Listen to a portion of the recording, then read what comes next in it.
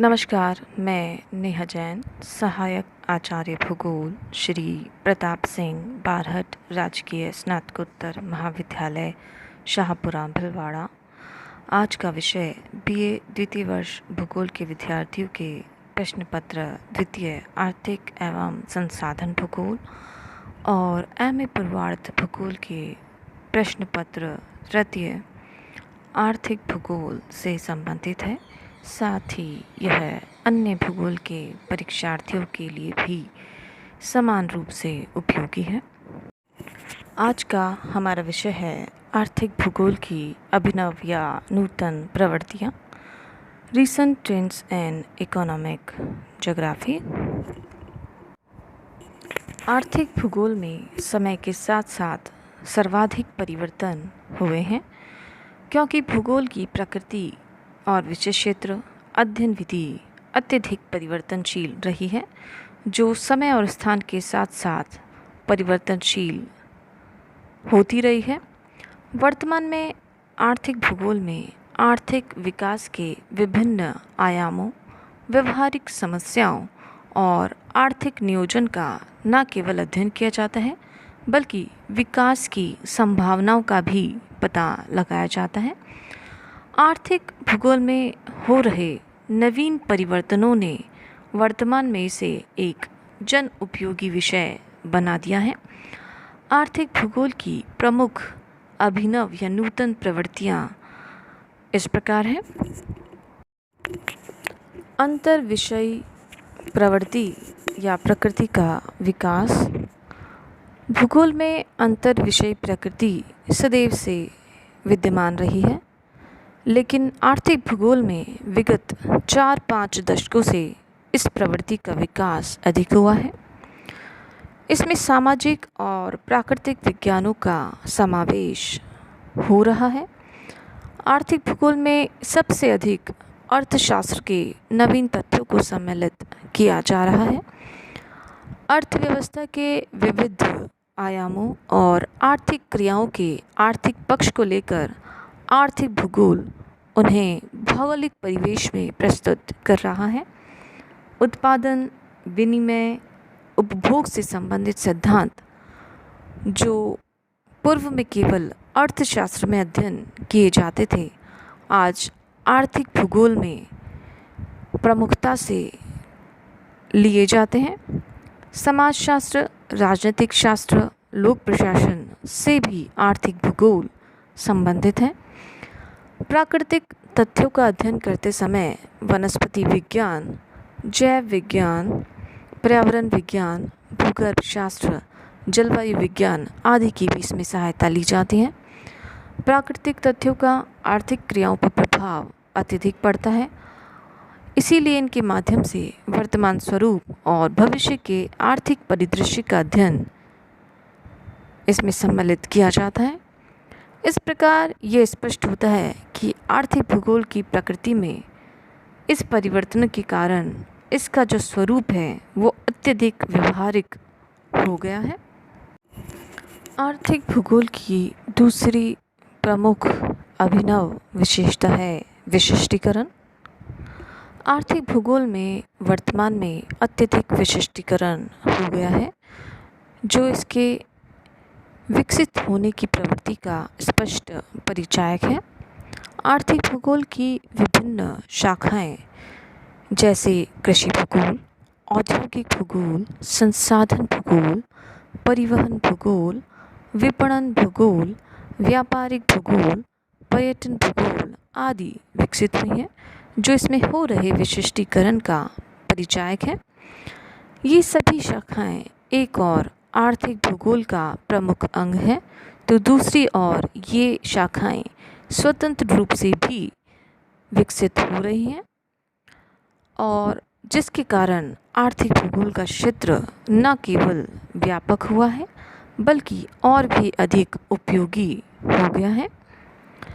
इसके अतिरिक्त आर्थिक भूगोल में अन्य विशिष्ट विषय जैसे कि भूमि उपयोग, उत्पादकता, शस्य संयोजन, कृषि प्रकारिकी जिसका अध्ययन कृषि भूगोल में किया जाता है, उद्योगों की अवस्थिति और स्थानीकरण, औद्योगिक भूगोल में किया जाता है।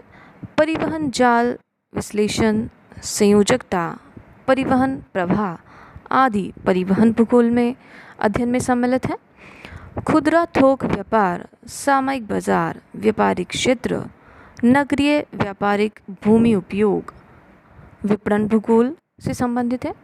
संसाधन संरक्षण एवं पर्यावरणीय विकास संसाधन भूगोल में सम्मिलित है। आदि अनेक अन्य विशिष्ट विषयों का अध्ययन और शोध के कारण आर्थिक भूगोल वर्तमान में विशिष्टीकरण के कारण एक गतिशील विषय बन गया है, जिसके फलस्वरूप आर्थिक भूगोल आज भूगोल की सबसे अधिक विकसित शाखा बन गया है। अगली प्रमुख विशेषता है अर्थव्यवस्था के पर्यावरणीय संबंधों का अध्ययन, environmental relations of the economy. प्रत्येक क्षेत्र की अर्थव्यवस्था का निर्धारण वहाँ का पर्यावरण करता है और वह पारिस्थितिकी तंत्र का एक प्रमुख अंग होता है।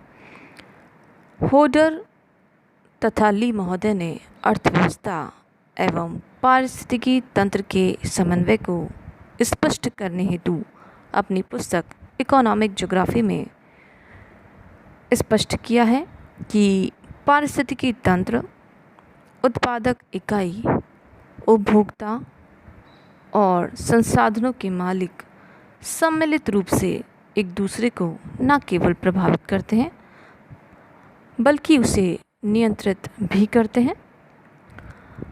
आर्थिक भूगोल पर्यावरणीय तत्वों का आर्थिक क्रियाओं पर प्रभाव और साथ ही इसके विपरीत आर्थिक क्रियाओं का पर्यावरण पर प्रभाव का अध्ययन करता है।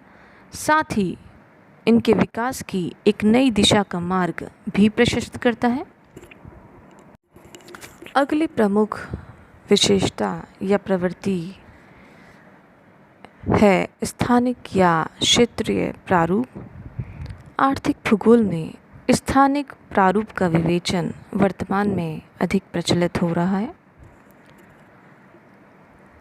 भूगोल में स्थानिक स्वरूप का विवेचन सभी शाखाओं में प्रचलित है। प्रारंभ में वॉल्टर क्रिस्टॉलर और लाश के द्वारा विकास का क्षेत्रीय प्रारूप मॉडल के लिए केंद्रीय स्थल सिद्धांत तथा आर्थिक भूदृश्य का सिद्धांत न केवल उस समय में बल्कि वर्तमान में भी अध्ययन किया जाता रहा है, लेकिन इसको विकसित किया गया है। आर्थिक भूगोल में स्थानिक अर्थशास्त्र और स्थानिक व्यवहारवाद की संकल्पनाओं का अत्यधिक विकास हुआ है। अर्थव्यवस्था का भौगोलिक स्वरूप के अंतर्गत अर्थव्यवस्था का सामान्य मॉडल और अर्थव्यवस्था का स्थानिक मॉडल भी इसी दिशा के विकास की ओर इंगित करते हैं। अगली प्रमुख अभिनव प्रवृत्ति है बाजार उन्मुखी अर्थतंत्र का अध्ययन एवं विपणन भूगोल का विकास। आधुनिक अर्थतंत्र का एक प्रमुख पक्ष है इसका बाजार उन्मुखी होना। बाजार या विपणन केंद्र वे स्थल होते हैं जहां उत्पादक और उपभोक्ता का मिलन होता है और विपणन के माध्यम से वस्तुओं का क्रय विक्रय किया जाता है। बाजार उन्मुखी अर्थव्यवस्था में प्राथमिक और तृतीयक आर्थिक क्रियाएं भी बाजार उन्मुखी होने लगती हैं और अत्यधिक व्यवसायीकरण के कारण संचार के माध्यम, परिवहन, विपणन केंद्र, वित्तीय संस्थाएं और उनके क्षेत्रीय संबंध, अंतर्राष्ट्रीय बाजार एवं विश्व व्यापार संगठन का वर्तमान में भूगोल में अध्ययन किया जाता है।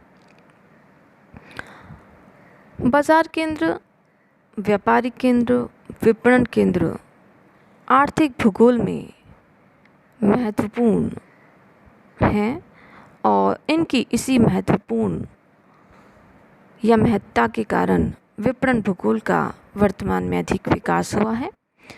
यह विकास अचानक नहीं हुआ, यह विकास बीते 50 वर्षों की देन है और वर्तमान में विपणन भूगोल आर्थिक भूगोल की एक महत्वपूर्ण शाखा है। अनेक भूगोलवेत्ता जैसे कि BJL Berry, Smith, Hodder, Garnier, Peter Scott, Bharat के VK श्रीवास्तव, HM सक्सेना आदि ने इसे विकसित किया।